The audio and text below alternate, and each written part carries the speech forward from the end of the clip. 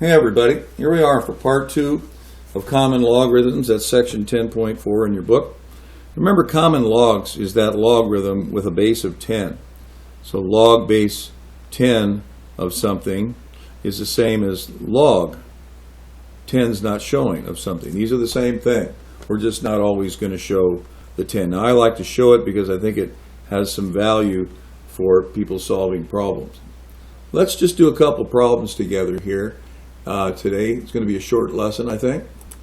All right, let's take a look at this problem here. The problem is asking you to express each log in terms of the common logarithm and then approximate the value. So we're going to use the change of base formula here to get out of base 5 and use our calculator. So we're going to write this log base 10 of 20 over log base 10 of 5. Notice this is the change of base formula. We're going to use base 10 and put the 20 up here. Log base 10, use the 5 down here. This is what it means when it says express it in terms of common logs. Then we'll just use our calculator to calculate this. So I'm going to use my calculator here. Here we go. Log base 10 of 20. Close the parentheses. Make sure you close them here. And divide by log base 10 of 5. I'm going to close them here, but I don't really need to. It's the end of the problem. And we end up with this decimal, 1.8614. 1.8614. Make sure you round to 4 decimal places and look at that 5th decimal place as you're rounding. 5 rounds the 3 up to a 4. Let's look at the next one. All right, problem 51 talks about pH again, and here's that pH formula. There's a negative in the pH formula here. It's a comparison of the pH to the hydrogen ion concentration. Now, problem 51 says, the acidity of water determines the toxic effects of runoff into streams from industrial or agricultural areas. A pH range of 6 to 9 appears to provide protection for freshwater fish. What is this range in terms of the water's hydrogen ion concentration? They're giving us the pH, and they want us to find the hydrogen concentration. Well, since they're giving us a range, I'm going to go ahead and write a compound inequality. This compound inequality is going to be the pH is sandwiched between these two extremes, not 6 and 9. By the way, I could have done each one of them separately, but this just allows me to solve them both simultaneously. 6 and 9 are the extremes, and the hydrogen ion concentration is going to be in the middle. So now if we're going to solve this for the hydrogen ion concentration, what's been done to it? Well, it was made the result of a log, and then it was made negative. So in order to solve it, we're going to have to multiply all 3 parts here by a negative. And when I do, I have to turn the signs around because I'm multiplying by a negative. Turning both sides around.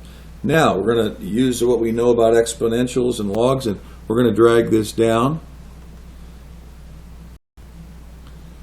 Drag down the result, throw the base to the other side, and apply the exponent. Okay, dragging this down, throw the base to the other side, and apply the exponent. Oops, I forgot to multiply this one by a negative. They both should have been negative here. Now, if I use the calculator, I can calculate this out and find that the ion concentration, 10 to the negative 6 power, is 0.000001 hydrogen ions to 0.0000001. So that hydrogen ion concentration has to be between these two extremes.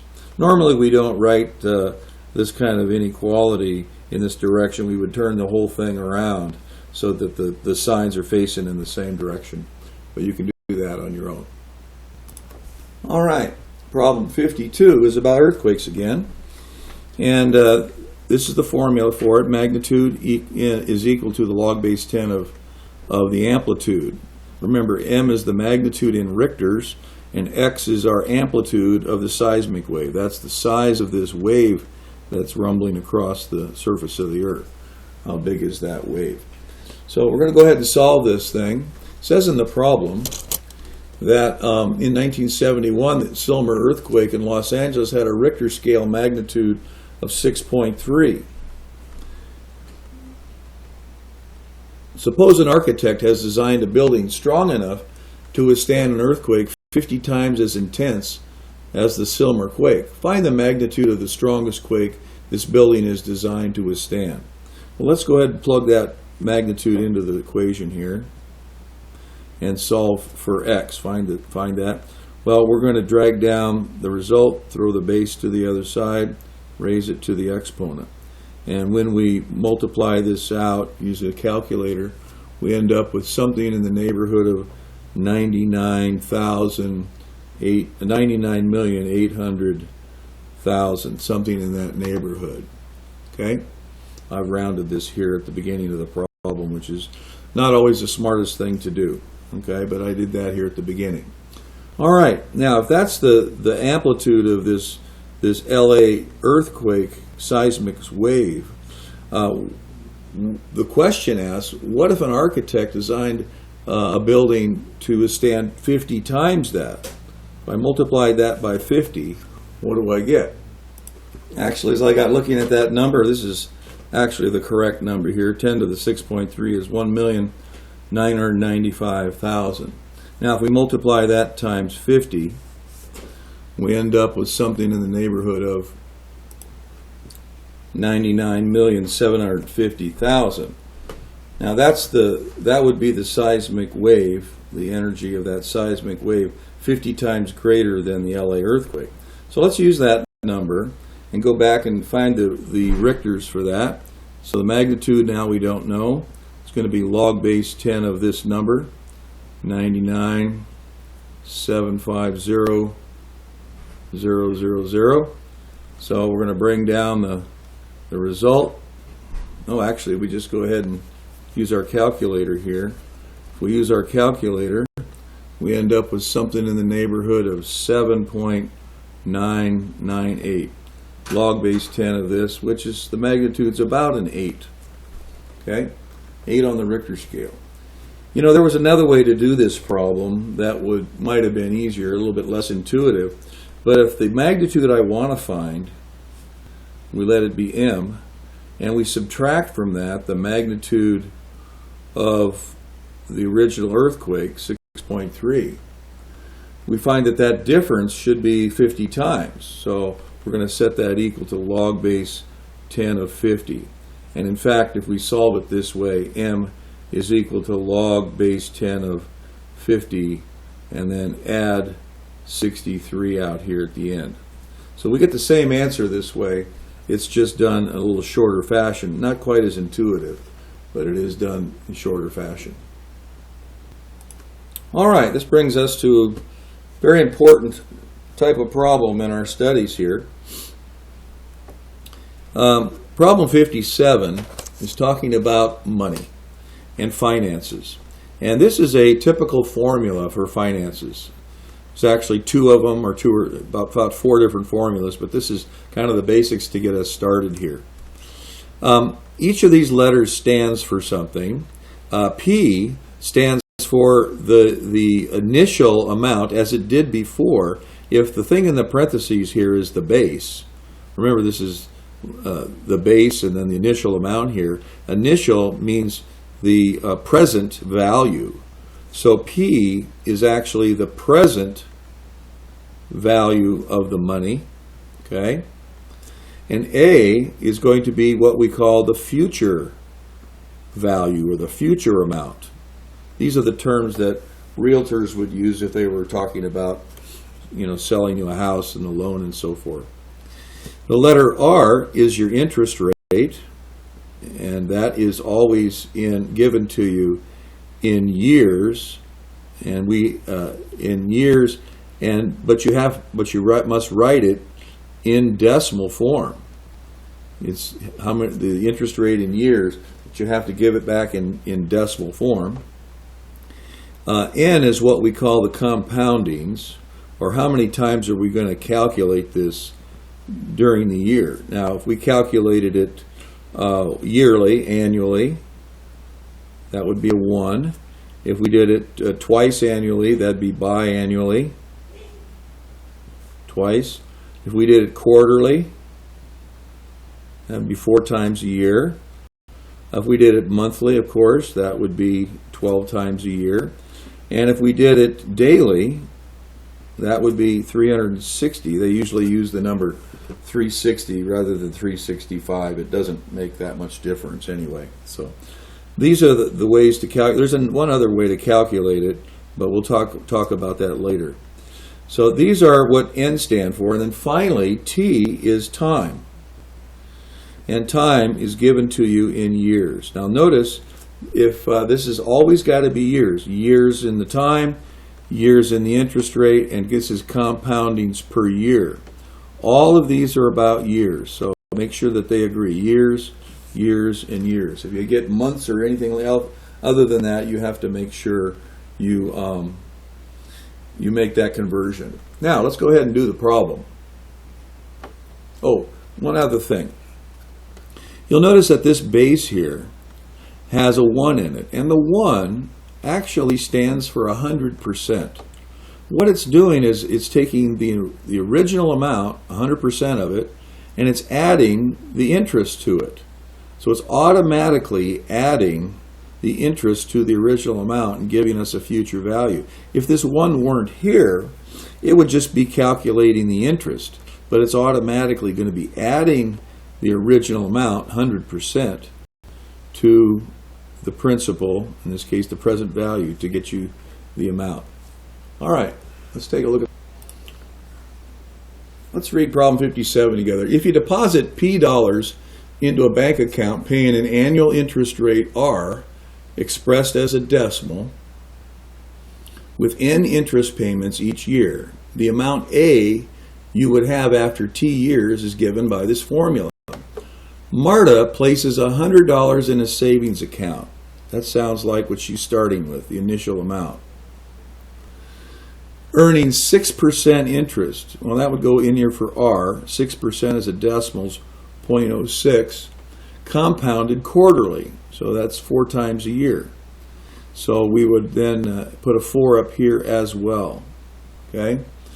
If Marta adds, problem 57, if Marta adds no more money to the account, how long will it take the money in the account to reach $125? Well, the future amount is $125, and they're asking us how long. That's time. We don't know the time. So let's put T here. All right, there's your setup. Initial amount, what she's depositing now. This is what she's expecting to get in the future. Interest rate, compoundings per year. Notice it's in both places here. And we have to find out how long it's going to take for her money to get to 125. Now, as you can tell, we're going to have to use logarithms here to solve this because our variable is up in the exponent. When the variable's in the exponent, you got to use logs to get it down. So let's go ahead and solve this. Let's see what's been done to T. Well, T was multiplied times 4. Then it was made a power of this base, all of this. And then that was multiplied times 100. So in order to solve this, we're going to work backwards, and we're going to divide both sides by 100 first. And we get 1.25. These are going to go out. And we get this base here. Let's go ahead and calculate that base with our calculator. Now I want you to know I'm going to go ahead and calculate this whole thing. Start with the parentheses, 1 plus, and now this fraction, I'm going to put it in parentheses as well. Parentheses 0.06 divided by 4. Close that and close the other. And I end up with a base of 1.015. 1.015. So that's the calculation here. You could calculate this part and then just add 1 to it. 0.06 divided by 4 is 0.015, and then just add the 1 to it. Okay? Now notice that this base is bigger than 1. And if you recall, when a base is greater than 1, it's growth. Well, that makes sense. Her money is growing. It's going to go up to $125. If this base were less than 1, it would be showing that she would be losing money. And that would happen if this plus sign were a minus, and we'll talk about that in the future. And there, now you can see that the base is greater than 1 means growth. This base is greater than 1. Now, if we're going to solve this, we're going to have to use logarithms now to get this variable down out of the exponent. So we're going to use log base 10 of 1.25 equals log base 10 of 1.015 raised to the 4t. Now, the powers of powers logarithm rule says we can drive this around to the front and multiply. So this is log base 10 of 1.25 equals 4t times log base 10 of 1.015. Now our goal is to find the time. So what's being done to the time right now? Well, it's being multiplied times 4 and this log. So if I multiply both sides by this thing here, 4 log base 10 of 1.015, 4 log base 10 of 1.015. You'll notice that the 4's cancel. All of this log cancels, and we're left over with just t on this side. Now we can use a calculator over here to calculate that amount. Let's use the calculator here. I'm going to use a parentheses for the numerator. Log base 10 of 1.25. Close that parentheses. Close the numerator and divide by, open parentheses, 4 log base 10 of 1.015. Close that number, close the denominator, and I get an answer of 3.75. 3.75. Now that's time. 3.75. Well, that would be about 3 years and 9 months. So for her to increase her savings there to $125, it would take her 3 years and 3/4 of a year, which is about 9 months. One last problem we want to just get you started on. We're not going to finish it here, though. You can finish it at home. It's problem 58. It says, how long will it take for Marta's money to double? Well, our formula was this one.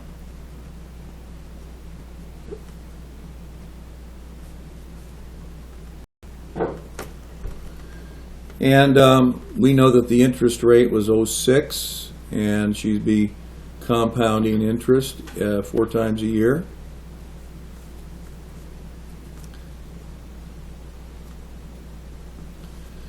And it doesn't give us a money amount here, but if we put 100 in here, and we're going to have to come up with this other number. If it's going to double, this number would have to be 200. Now I want you to notice something that's pretty interesting here, is that if we divide both sides by that initial amount, like we did in the last problem, we end up with a 2 here.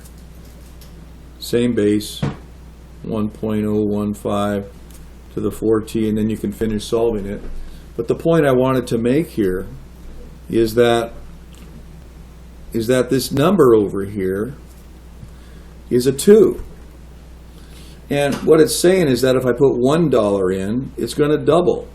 Put $100 in, it's going to double, become 200. If this number is a 2, it's saying how long will it take to double? If this number were a 3, we'd be saying how long will it take for her money to triple? And that's because if she put 100 in, she'd get 300 out. So this is kind of an easy way to see, what are they trying to do? Oh, they're trying to see if the money's going to double or not. So just a little side there for you to take a look at. You go ahead and finish solving 58 on your... All right, well, that's it for today's assignment. If you have a question, please send me an email and I'll try to get back with you to discuss. Please give me a specific problem you want to talk about. I can give you some information on the email about that. and possibly address it in the next video. Here's your assignment for tonight. It's number J and page 549.